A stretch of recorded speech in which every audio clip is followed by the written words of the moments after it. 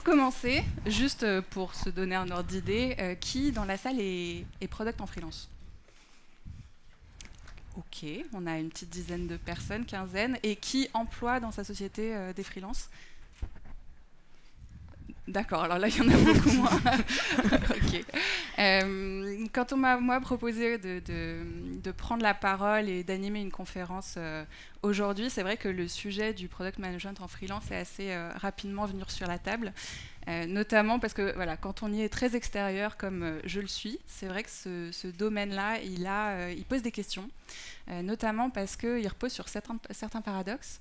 Le premier, c'est celui de la temporalité. Il y a vraiment un grand écart entre le temps long du produit et puis le temps court de la mission de freelance. Et il y a une deuxième question qu'on se pose assez rapidement, c'est celle de comment on fait coexister cette personne externe et cette organisation voilà, qui lui préexiste, qui a son propre système de valeurs, son propre mode de fonctionnement. Et c'est ce qu'on va voir aujourd'hui avec mes invités. Alors, d'abord, Emmanuel Thomas, qui a 10 ans d'expérience en product management et qui est récemment devenu freelance CPO. Alors, avant ça, tu as développé pas mal d'expérience et d'expertise dans le scaling et le management d'équipe, notamment chez Netatmo. Marianne Medioni, qui, alors après 5 ans chez United Credit, puis Conto, est devenue freelance. Aujourd'hui, alors tu as testé pas mal de formats, on va le voir ensemble qu'il y a plusieurs types de missions. Et là, aujourd'hui, tu fais du freelancing avec le collectif Mozza. Et puis Diane Sampéré, qui est Head of Product chez Scaleway. Scaleway, qui est donc un cloud provider français. Vous avez, alors dans votre équipe produit, à peu près 70 personnes. Et vous employez depuis un petit moment des freelances. Et donc, c'est un peu l'originalité de la conversation aujourd'hui. On parle de freelance, mais c'est ce qu'on a voulu mettre en avant, en fait, avec le titre de cette discussion, qui est les clés d'un bon fit. Comment on fait coexister à la fois des individus, donc des freelances, des missions et aussi des organisations. Donc c'est ce qu'on va voir ensemble. Et pour commencer, ce que je vous propose, c'est de commencer en bon product par le pourquoi. Pourquoi on devient freelance et aussi pourquoi on emploie des freelances. Marianne, je vais te laisser nous parler de tout ça. Oui, alors comme l'a dit Estelle, ça fait un petit moment que je fais du freelance. Du coup, j'ai pu tester aussi pas mal de formats. Et dernièrement, il y a aussi pas mal de gens qui me sollicitent pour savoir, parce qu'ils s'intéressent aussi à ce mode de travail. Et donc, du coup, pour savoir un peu comment ça se passe. Et la première question que j'aime bien demander, c'est pourquoi, en fait, tu t'y intéresses ? Parce que je trouve que sociologiquement parlant, c'est rigolo. Et aussi parce qu'on va le voir aussi, on ne fait pas du product en freelance de la même façon en fonction de nos attentes et les raisons pour lesquelles on veut ça. Et les choses qui reviennent souvent, il y a, je dirais, 2-3 grands thèmes. Bon, il y a le côté un peu faire plus d'argent. Après, il y a un côté très lifestyle. Je veux pas, en fait, je veux organiser mon travail, enfin, je veux organiser ma vie perso autour de mon travail et pas l'inverse. Et après, il va y avoir aussi pas mal de personnes qui sont passées par des boîtes où ça a été un peu intense et qui voient ça comme un changement de posture, un moyen de prendre un peu de distance et de désentimentaliser le travail, qui veulent aussi avoir de nouveaux challenges, voir de nouvelles industries. C'est pas pareil en fait de parler à un client par rapport à une posture qu'on a en entreprise. Et du coup, ça, c'est un peu les grandes tendances qui reviennent le plus souvent. Et toi, ce que tu as constaté le plus en dominante? Personne ne sait encore trop vraiment pourquoi. J'ai l'impression qu'on explore encore. Ouais. Et en fait, moi-même, quand je l'ai fait, moi, c'était parce que j'ai été dans une boîte qui a scalé et c'est pas la boîte que j'avais connue. Et je savais encore pas non plus trop ce que je voulais. Donc, du coup, j'ai justement exploré pas mal de formats différents. Et je pense qu'il y a aussi pas mal de gens qui sont aujourd'hui dans ce club, mais en même temps, on n'a pas d'accompagnement. Ça se fait pas en fait trop aujourd'hui du coaching de ok, tu veux changer un peu. Enfin, il y a des programmes maintenant, il y a Chance, il y a Stellar et tout qui essayent aussi d'accompagner sur un peu le changement de paradigme professionnel. Mais c'est pas encore hyper démocratisé. Donc il y a aussi pas mal de gens qui explorent. Emmanuel, c'était ton cas aussi? Moi, je pense qu'il y avait deux aspects. Le premier, j'arrivais à un stade dans ma carrière où je me disais, en fait, j'ai vécu le scaling d'équipe, j'ai accumulé de l'expertise et j'ai envie à un moment aussi de venir apporter un impact en mode coup de poing et apporter cette expertise à des entreprises qui sont dans ces phases de scaling et qui se posent des questions. Donc il y avait ça, le côté momentum et envie de pouvoir transmettre. Le côté transmission, ça me parlait beaucoup. Et en fait, il y a aussi un aspect dans le freelancing qui est l'entrepreneuriat finalement. On fait du produit en freelance, mais on ne fait pas que du produit. On va faire du sales, on va faire du contenu, on va faire du marketing. Et il faut penser à tout ça en fait. Et ça, je trouve ça passionnant. Intellectuellement, c'est hyper stimulant parce qu'en fait, ma journée, elle est oui, il y a des missions, oui, il y a des choses à faire avec les clients, mais il y a tout à penser autour de ça et tout à construire. Et il y a un côté build from scratch qui, moi, me plaît beaucoup. Et alors, Diane, pourquoi est-ce qu'on va chercher des freelances en tant qu'entreprise ? Tout à l'heure, tu parlais de paradoxe. C'est très vrai quand on a tendance à penser à un PM, on a tendance à penser dans le temps long. On va se dire, voilà, il en charge une roadmap, il hérite d'une dette technique, ou au contraire, il prend tout from scratch, mais dans ce cas-là, il y a un MVP, puis il va itérer, il va construire son produit, etc. Mais dans tous les cas, il y a une roadmap qui s'étale dans le temps.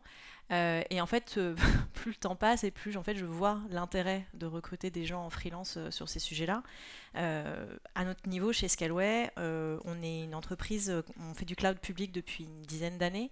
En face de nous, on a des toutes petites structures comme AWS, Microsoft Azure, Google Cloud, Alibaba, tout ça. Et on a voulu grossir très vite. Et donc pour ça, sur un secteur d'activité en plus qui est si spécifique, si technique, qui est le cloud public, recruter des profils et après les former en interne, en CDI, ça prend beaucoup de temps et du temps qu'on n'avait pas nécessairement, ou en tout cas qu'on pouvait investir, mais peut-être une fois le produit lancé. Et donc on a pris des raccourcis ou plutôt des accélérateurs, c'est comme ça que je le vois, avec des PM, sur différents types de missions.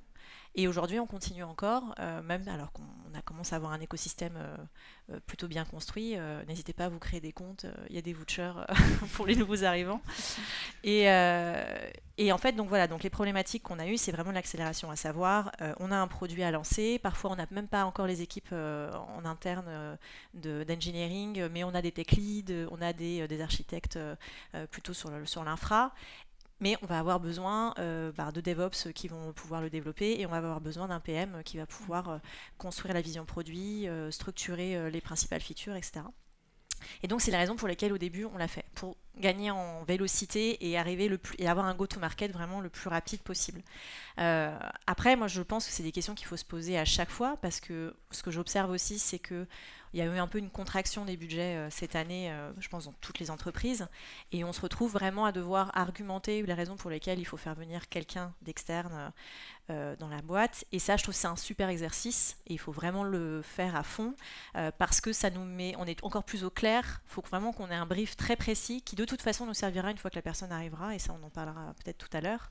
Mais dans tous les cas, de savoir qu'on est sur un nouveau produit qui est plus ou moins défini, sur lequel on a besoin de faire de la discovery et d'accompagner des équipes. Est-ce qu'on a besoin d'avoir quelqu'un qui nous aide sur la partie delivery parce qu'on a des équipes qui codent et qu'il va falloir le livrer à des clients.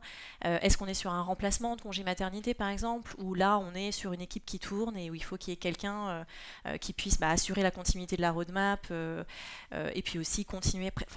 préparer la suite pour éviter d'avoir un trou dans l'activité très fort. Dans tous les cas, je pense que c'est des questions qu'il faut se poser bien en amont parce que c'est aussi des choses qui vont driver la façon dont les products en freelance vont pouvoir potentiellement vous facturer. On ne facture pas de la même façon.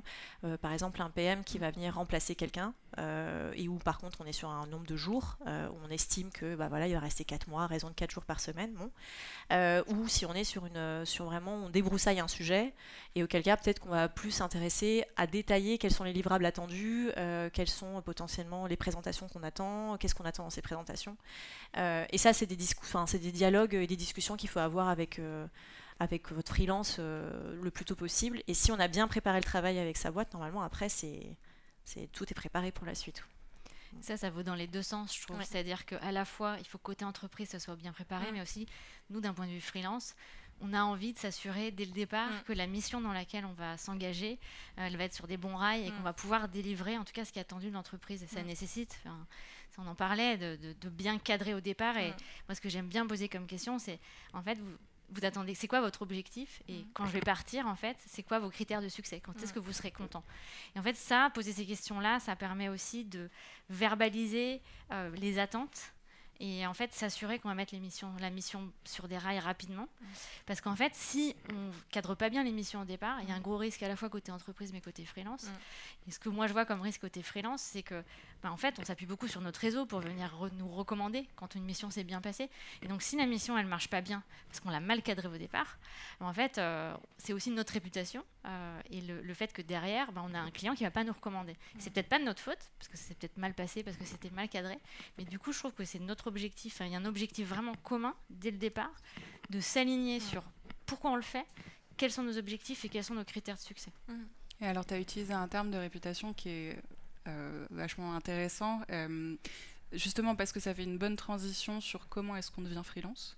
J'imagine que ça se fait pas du jour au lendemain, qu'on construit un petit peu ses missions, son réseau, ce qu'on veut faire.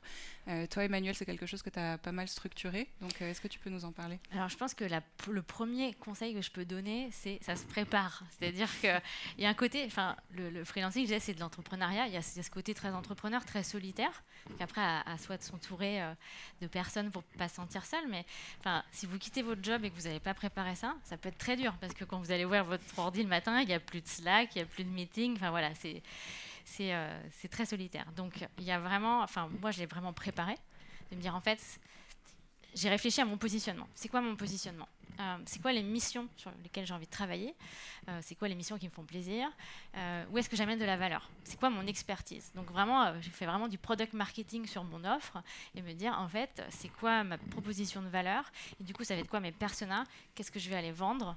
Et qui vont être mes clients? Puis bon, alors, en fait, on a de la chance, on est des products, donc en fait, on peut appliquer un peu tous les outils qu'on a dans notre cartable pour aller tester, faire un peu de discovery sur le marché, comprendre...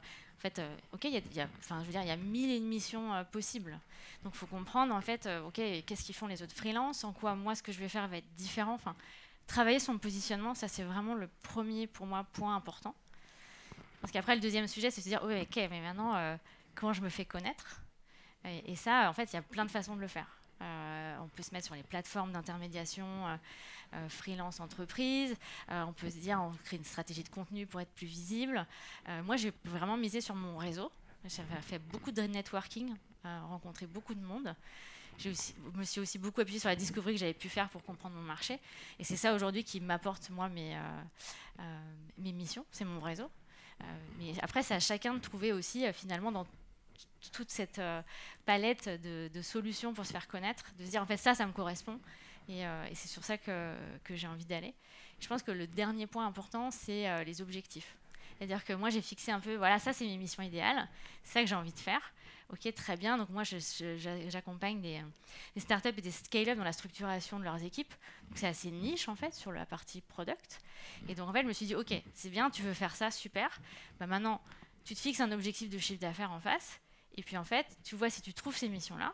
Si tu n'atteins pas cet objectif de CA, alors là, tu vas peut-être ouvrir tes chakras et peut-être étendre ton offre. Et du coup, je trouve qu'avoir des objectifs dès le départ, c'est aussi se dire en fait de quoi j'ai besoin pour vivre, c'est quoi le chiffre d'affaires dont j'ai besoin. Et ça permet aussi de mettre ça en parallèle de l'offre que tu proposes et de la faire itérer aussi en se disant en fait, le marché, je pensais qu'il était comme ça, peut-être qu'il est comme ça, et d'adapter ça au fur et à mesure. Une autre façon de le faire aussi, c'est de rejoindre un collectif. Alors justement, c'est pour, ça reprend par rapport à ce que je disais, donc se poser les bonnes questions de pourquoi on fait du freelance, quels sont nos objectifs. Tu peux avoir des objectifs de CA. Moi, c'était des objectifs, par exemple, de flexibilité, de rencontrer des gens. J'ai commencé à explorer le freelance quand j'étais encore chez Conto parce que je savais que, j'ai commencé à travailler un peu de partout avec le Covid. Je me suis échappée. Et du coup, je me suis dit que j'avais pas envie de revenir à Paris, donc on explore. Mais j'ai aussi noté en fait toutes les choses qui me faisaient vachement peur. Donc avoir un mois où t'as pas de clients. Moi, je suis pas très publiée sur LinkedIn, c'est pas des choses qui me font plaisir, donc ça devient un peu compliqué. Ne pas avoir je te soutiens. on fera des formations. Mais ne pas avoir de collègues et ne pas avoir de Slack, c'est quelque chose aussi qui m'embêtait un peu. Et donc du coup, en effet, je me suis tournée vers l'option collectif. Après, j'ai vu une opportunité passer sur LinkedIn, j'ai contacté et ça a marché. Mais j'ai vraiment dérisqué aussi vraiment la situation. pour arriver au format qui allait me convenir. Alors j'ai fait aussi des trucs de mon côté. Et là, par contre, je soutiens vraiment le réseau parce que ça va être des gens avec qui j'ai bossé avant qui ont justement ces besoins de remplacer quelqu'un ou de faire tampon, le temps d'avoir, de chercher. C'est pas mal comme esprit, ils veulent pas se précipiter. Alors tu sais, ils prennent quelqu'un d'autre avant de trouver la bonne personne. Et donc du coup, ouais, moi je suis sur le parti collectif, donc avec Moza. Et ce qui est hyper cool aujourd'hui, c'est qu'il y a plein de plateformes. Il y a Collective notamment, avec qui on peut se lancer si on n'a pas envie aussi de faire quelque chose tout seul, si on veut aussi sortir de sa zone de confort. Parce que je travaille aussi, j'ai la chance de pouvoir travailler avec des researchers et des designers sur des sprints aussi un peu plus design. Et donc du coup de pouvoir ne pas maîtriser Figma comme le ferait un designer, mais pouvoir avoir toutes ces conversations qui m'aident aussi à monter en compétence sur ces sujets-là. Pareil sur la partie research. Et forcément, il y a aussi un réseau, il y a des événements, on parle avec des gens. Et ça, c'est quelque chose qui pour moi est très important par rapport à moi, mes attentes en termes de freelance, quoi. Je pense qu'on l'a ressenti là dans la conversation qu'effectivement il y avait plein de freelances possibles, plein de propositions de valeurs possibles, et puis aussi de plus en plus de réseaux et dernièrement pas mal de gens qui se sont lancés sur le terrain du freelance. Et ça m'amène à cette question, Diane, comment on fait en tant qu'entreprise pour donner du sens à ce vivier et pour trouver le bon profil pour la bonne mission? Alors j'ai ma réponse, mais j'envisage pas un recrutement d'un freelance de façon très très différente d'un recrutement d'un PM en CDI qu'on veut intégrer dans l'équipe. En fait, ça paraît. Alors, quand c'est merveilleux, quand on par le réseau, ça fonctionne, on pense à quelqu'un, ça se passe très bien. Ça, c'est le meilleur. Voilà, ça se passe très vite, c'est naturel, c'est fluide. Mais ça se passe pas toujours comme ça.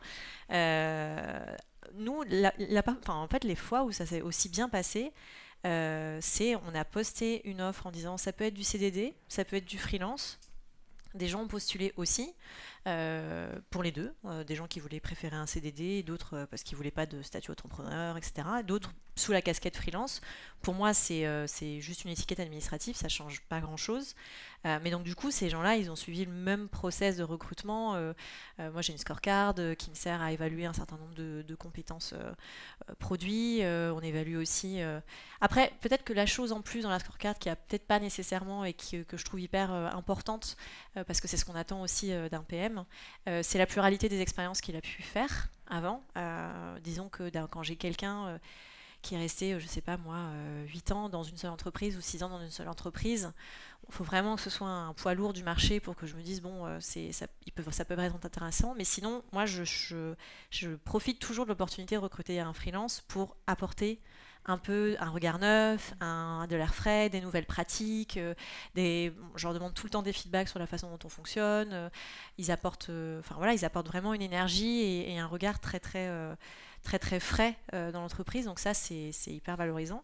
Mais donc du coup c'est aussi quelque chose que je recherche, c'est-à-dire que je valorise le fait que c'est des gens qui aient connu plein de contextes d'entreprises différents, des entreprises de différentes tailles, voilà. Donc ça c'est peut-être évidemment ce que je recherche un peu moins quand je recherche quelqu'un en CDI, parce que c'est pas vraiment ce que je valorise, en tout cas le curseur est pas aussi fort.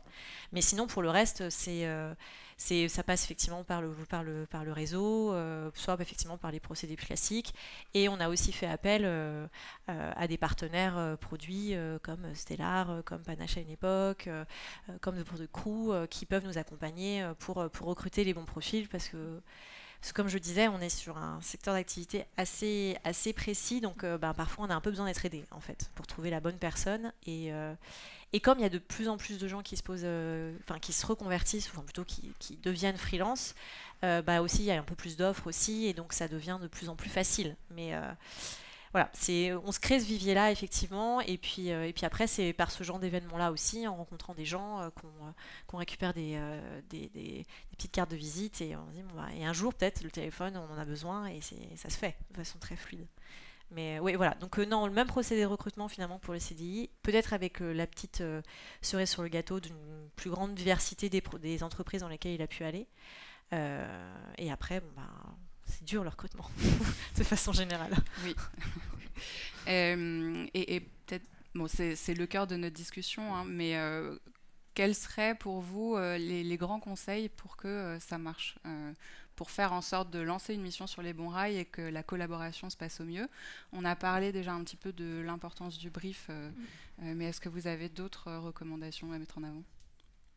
Et alors là, qui veut commencer ? Moi, c'est cadrage et alignement. Ouais. En fait, grosso modo, quand on est freelance, et il y a comme disait Emmanuel, il y a une question de réputation. Donc, on est payé, entre guillemets, à vraiment notre travail, donc c'est hyper tangible. Donc, il faut qu'on puisse montrer qu'on délivre de la valeur extrêmement rapidement. Et en fait, pour pouvoir délivrer aussi cette valeur rapidement, il faut qu'on soit aligné avec les gens avec qui on travaille sur quelle est la valeur qu'on va leur apporter. Donc ça, pour moi, le plus important, c'est ça. Et en fait, ça va même définir, comme tu disais, le pricing, le format sur lequel on travaille, des points réguliers. En fait, ça va juste poser les bases d'une relation avec un truc très confiance. Pour moi, ça reste quand même le plus important, quoi. Et tu as des exemples de ce qu'il faut faire et pas faire, typiquement ? Moi, au début, par exemple, je disais oui à des choses sans trop savoir ce qui se passait. Et forcément, tu te retrouves un peu en conflit avec les personnes en face parce que tu comprends pas bien. Ce que je fais aujourd'hui, c'est qu'il n'y a rien qui est signé, aucun prix qui est donné au début, tant que je ne sais pas qu'ils aient pas identifié, mais vraiment une liste de choses où ils ont besoin d'aide, des choses où ils ont besoin d'être formés, versus des choses où ils ont besoin de livrables purs et durs. Si on n'a pas identifié, est-ce qu'on va bosser une journée par semaine ensemble ? Est-ce que c'est un accompagnement ponctuel, je sais pas, 1 heure ou 2 heures par semaine ? Et après, et pareil, est-ce qu'on est dans les équipes, par exemple, si on rejoint un Slack, il y a une notion d'engagement où on va aussi avoir des messages peut-être en dehors des heures de travail. Et maintenant, vraiment, ça fait un peu processer, quoi.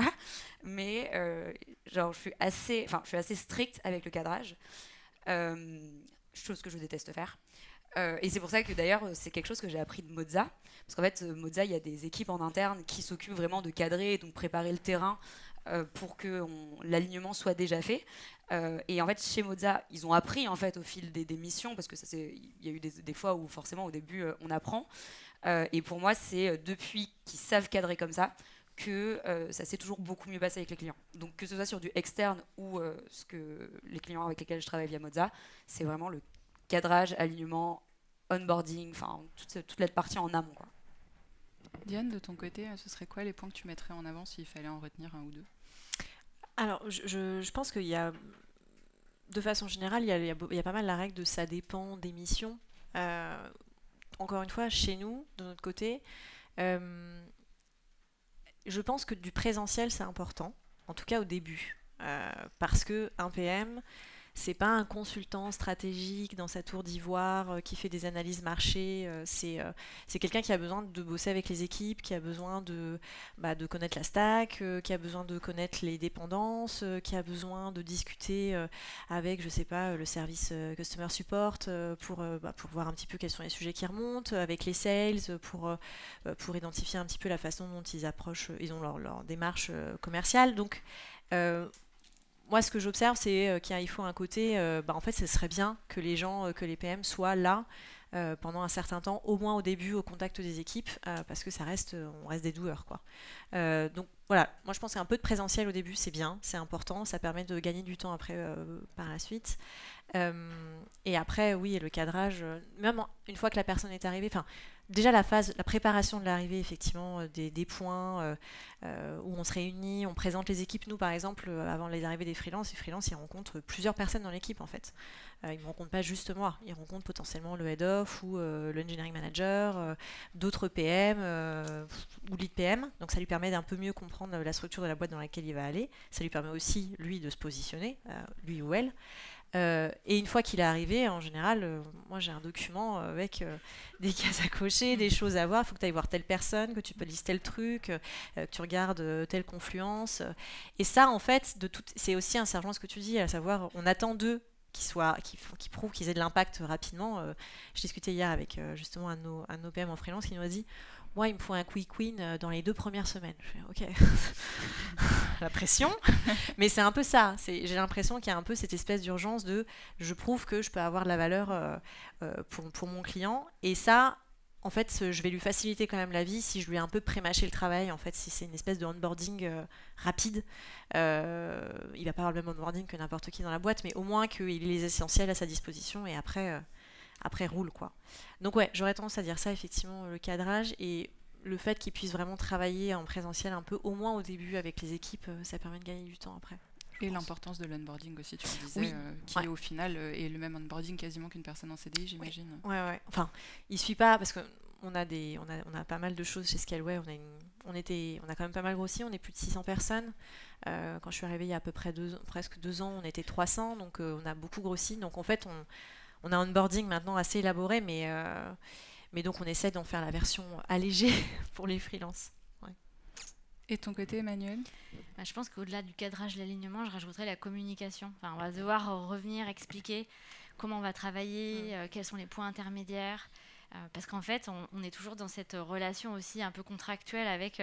au-dessus de notre tête, il y a notre TGM. Et donc, on se dit, ah là là, si elle vient là pendant une demi-journée, ça nous coûte tant. Donc, moi, j'aime bien essayer de sortir de cette relation. Le temps que je suis là, ça coûte tant. Vraiment de sortir de cette relation d'argent.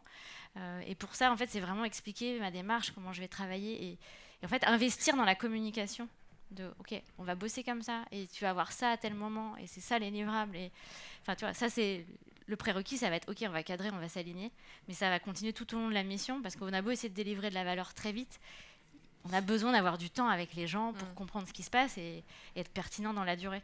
Donc ça, il faudrait bien l'expliquer en fait, pour sortir du côté genre oulala, je vois le compteur qui tourne et qu'est-ce qui se passe quoi. Donc communiquer. Je trouve ça intéressant, tu vois, d'essayer de faire comprendre aux gens qui payent pas pour du temps humain, mais pour de la valeur et des enseignements, etc.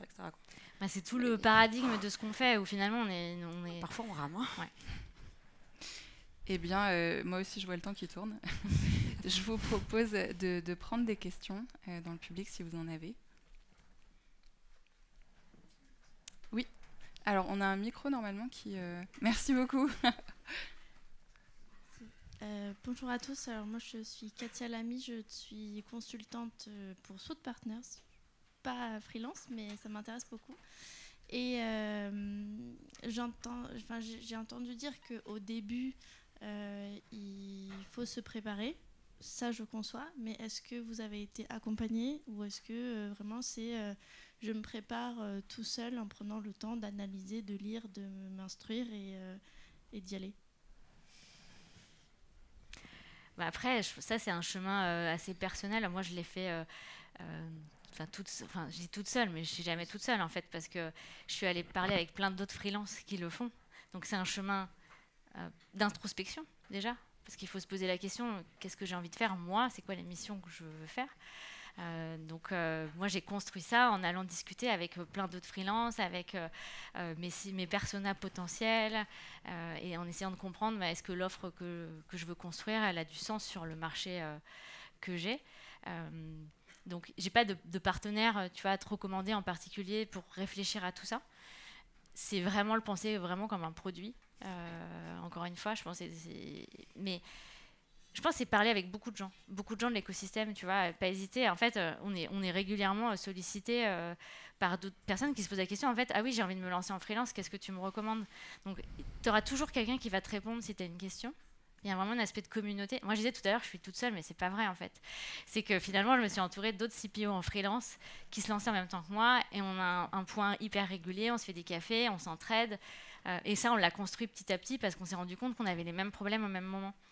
Mais en fait, c'est à toi d'aller construire tout ça parce que finalement, tu es assez seul dans ce chemin-là. Donc, c'est pour ça que je revenais sur ce côté entrepreneurial.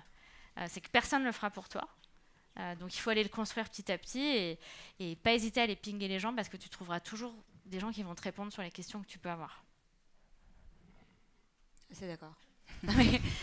C'est vrai qu'il faut quand même se renseigner un minimum parce que oui, ça a l'air cool comme ça, c'est flexible, machin chouette, c'est un chemin entrepreneurial.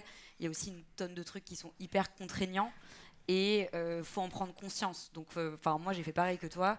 J'ai mon notion de freelance vs salariat sur lequel je me suis dit, ok, là, j'en suis là dans ma vie, dans ma carrière, ce que j'aime pas, où je veux aller, ce que je vais détester. Et c'est comme ça que,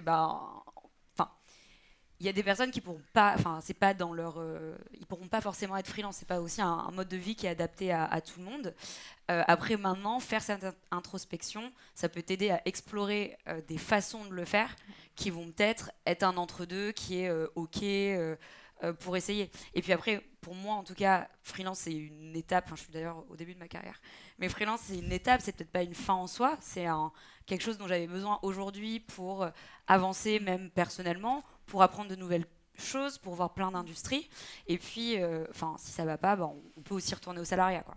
Donc je pense qu'il faut être préparé. Il faut savoir à quoi s'attendre parce qu'il y a des petites claques avant, même la compta par exemple, c'est quand même... Et les sales aussi, on n'en parle pas. Hein, moi j'ai enlevé cette partie-là. Mais la compta par exemple, moi je m'arrache les cheveux, je déteste. Mais il faut tester et ouvrir un statut d'auto-entrepreneur, ça coûte pas grand-chose. Il faut dérisquer pour que ce test se passe au mieux. Et au pire, entretenir son réseau pour retrouver du travail. J'ai vu qu'il y avait une autre question. Oui. J'avais juste une question, notamment sur l'évolution d'une carrière. Est-ce que c'est pas plus compliqué en tant que freelance d'évoluer dans sa carrière versus une personne qui va être en interne justement dans une entreprise où ça va être peut-être un peu plus cadré sur TPM, ensuite tu vas être lead PM, peut-être que tu vas passer head of, etc. Est-ce qu'en étant freelance, c'est pas plus compliqué? Donc là tu parles d'une évolution qui serait horizontale verticale. Ouais, en fait, moi je rebondirais sur c'est quoi une évolution finalement. Parce que l'évolution elle n'est pas que comme ça. Elle peut être aussi dans les skills que tu as envie de développer. Et je trouve que c'est ça moi que je trouve intéressant. C'est qu'en freelance, tu peux dire en fait, je ne connais pas cette industrie, je ne connais pas ce type de produit. En fait, c'est quoi mon expertise et est-ce que ça me permet d'aller découvrir des nouvelles industries, des nouvelles façons de travailler. Enfin, à l'inverse, tu peux te nourrir et aller explorer des sujets très vite dont tu n'aurais pas l'opportunité forcément de le faire si tu étais en poste. Donc, en fait, c'est juste différent et il faut comprendre pourquoi tu le fais et sur quoi tu as envie de grandir. Et c'est quoi tes objectifs en termes d'évolution. Mais c'est pas forcément dans un carrière pass peut-être linéaire de je monte finalement dans les échelons. Je pense que c'est plus dans ce sens-là que je le verrais. Et puis je trouve que tu as aussi l'éventail de services que tu proposes. Genre, au début, je me sentais pas aussi d'aller coacher des personnes qui étaient peut-être plus âgées que moi et qui avaient plus d'expérience que moi. Pas mal de missions en fait m'ont permis aussi d'apprendre sur ces soft skills. On se voit énormément progresser au début parce que ça n'a rien à voir une posture que tu as dans une entreprise où tu es à l'aise, tu as un certain... tu es là depuis un moment, tu connais tout le monde. VS face à un client, il y a des clients qui sont difficiles et on apprend en fait énormément de choses. Tu as toute la partie industrie. Il y a au début, les premières fois, c'était plutôt sur vraiment du PM comme je savais le faire, sur de la disco et de la delivery. Après, j'ai proposé donc via Moza des choses qui sont vachement plus stratégiques.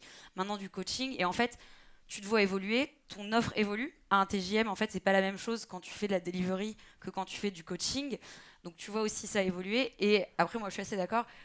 Ça me fait pas... Enfin, je me suis aussi tournée vers le freelance parce que c'est pas forcément ce que j'imagine comme ma vision de la carrière, en fait, de passer par lead, head of, CPO, etc., etc. Mais on se voit apprendre, en tout cas au début. Mais c'est super, hein. Juste pas fait pour tout le monde. Elle va y venir. On se voit dans 2 ans. Ouais, c'est ça, on se voit dans 2 ans. Il y avait d'autres questions. Ouais, je sais. Wow. On va peut-être être plus bref. Oui, peut-être 2 questions au plus proche du micro, oui. Bonjour, Camille Noël, je suis VP produit chez Caros. On est une boîte qui a 10 ans, on n'a jamais eu de freelance, on se pose la question, on en a très peur. Qu'est-ce que vous feriez pour nous, quel conseil vous me donneriez pour rassurer un peu tout le monde en interne et sur quel... où est-ce que vous metteriez votre attention à ma place, à la nôtre, pour cette première expérience avec des freelances? C'est un peu ce que je voulais dire au début sur le côté rassurer sur l'investissement, sa propre direction en fait, parce que c'est les premiers à convaincre. Si même toi t'es convaincu, mais en fait c'est pas toi qui va derrière signer le bon de commande, donc il faut un tout petit peu les rassurer. En fait, il faut dérisquer en identifiant l'opportunité qui ne peut pas être couverte par les équipes et les ressources en interne. Moi, ça a toujours fonctionné comme ça. En fait, il y a ça devant nous. On va pouvoir avancer. On voudrait pouvoir avancer sur ce sujet-là. Vous voulez recruter quelqu'un? Non. Peut-être qu'on peut essayer de passer par quelqu'un qui, sur 3 mois, sur 2 mois, sur 4 mois, peut-être 3 mois plus 1 mois, sur ces attentes-là, va nous permettre de se dire ok, bah, c'est vers là qu'il faut aller. Donc, en fait, moi je l'ai toujours orienté comme étant vraiment un levier. Parce que en fait, même pour rapport à une entreprise, entre investir des gens ou une bande passante alors qu'on est déjà ras la casquette sur tous les projets qu'on a en ce moment et pouvoir se dégager des nouvelles ressources pour avancer sur des initiatives et l'innovation. Tout à l'heure, ce matin, on écoutait la table ronde avec Axel sur comment est-ce qu'on peut faire de l'innovation au sein des entreprises. Et il parlait d'incubateurs, mais c'était des très grosses entreprises, donc où il y a des gens qui peuvent être détachés de certaines équipes, faire des équipes un peu projet, innovation, R&D, avoir des incubateurs au sein de la entreprise. Mais ça, c'est des grosses structures. Quand on est plus petite, en fait, quand on veut faire de l'innovation, soit on détache des gens de certains scopes, qu'on laisse un peu vivre, soit on prend des raccourcis, en fait. Donc, moi, j'aurais tendance à dire, déjà, si on a réussi à convaincre ces dirigeants de l'opportunité business de quelque chose, ou du fait que quelqu'un s'en va et que c'est important de le remplacer et que il faut quelqu'un attend pendant une période provisoire, déjà, c'est plus facile de les convaincre. Et après, il y a aussi un dernier aspect qui est le profil. En fait, il y a des gens, c'est aussi leur carte de visite en disant mais tu sais, il est passé par Conto, il est passé par Netatmo, il a bossé pour Carrefour, pour Spotify, pour machin, il est spécialisé sur telle problématique, il va vraiment pouvoir nous aider à avancer. Ça passe aussi parce que ça permet de personnifier un peu la personne qui va arriver et ça aide, je trouve, aussi dans l'argumentaire. En tout cas, c'est ce que j'aurais tendance à faire. Merci. Merci beaucoup. Et puis oui, derrière, tout au fond, parce que ça fait un moment que tu lèves la main et je pense qu'on s'arrêtera là ensuite. Merci beaucoup de m'avoir repéré. Samuel Lavoie, je suis coach agile chez Mythic. Moi, j'ai une question peut-être plus pour Diane. Est-ce que comment sont les relations entre les différents PM, entre ceux qui sont en interne, ceux qui sont en freelance? Est-ce que ça peut créer des jalousies? Comment vous managez ça?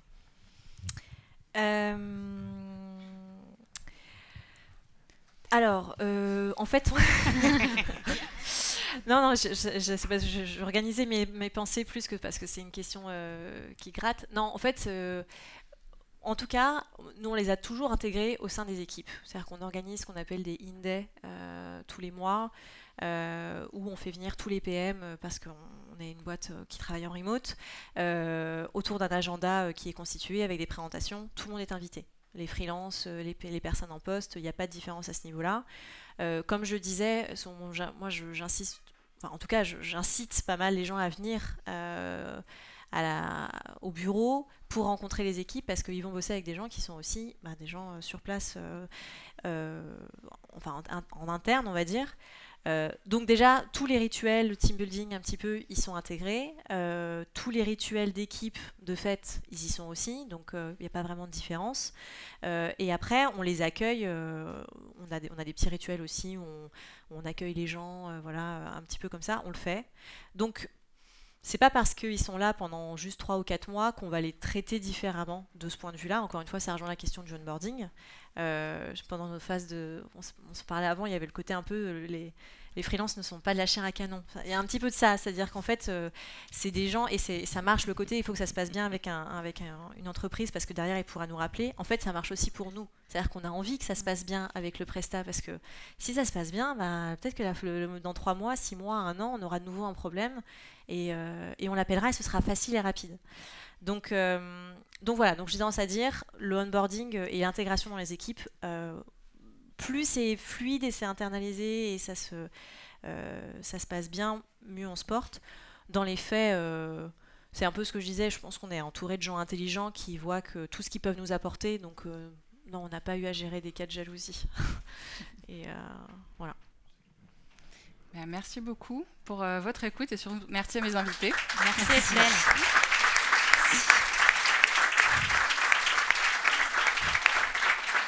Et puis, n'hésitez pas, si vous voulez poursuivre la conversation, à venir échanger avec nous.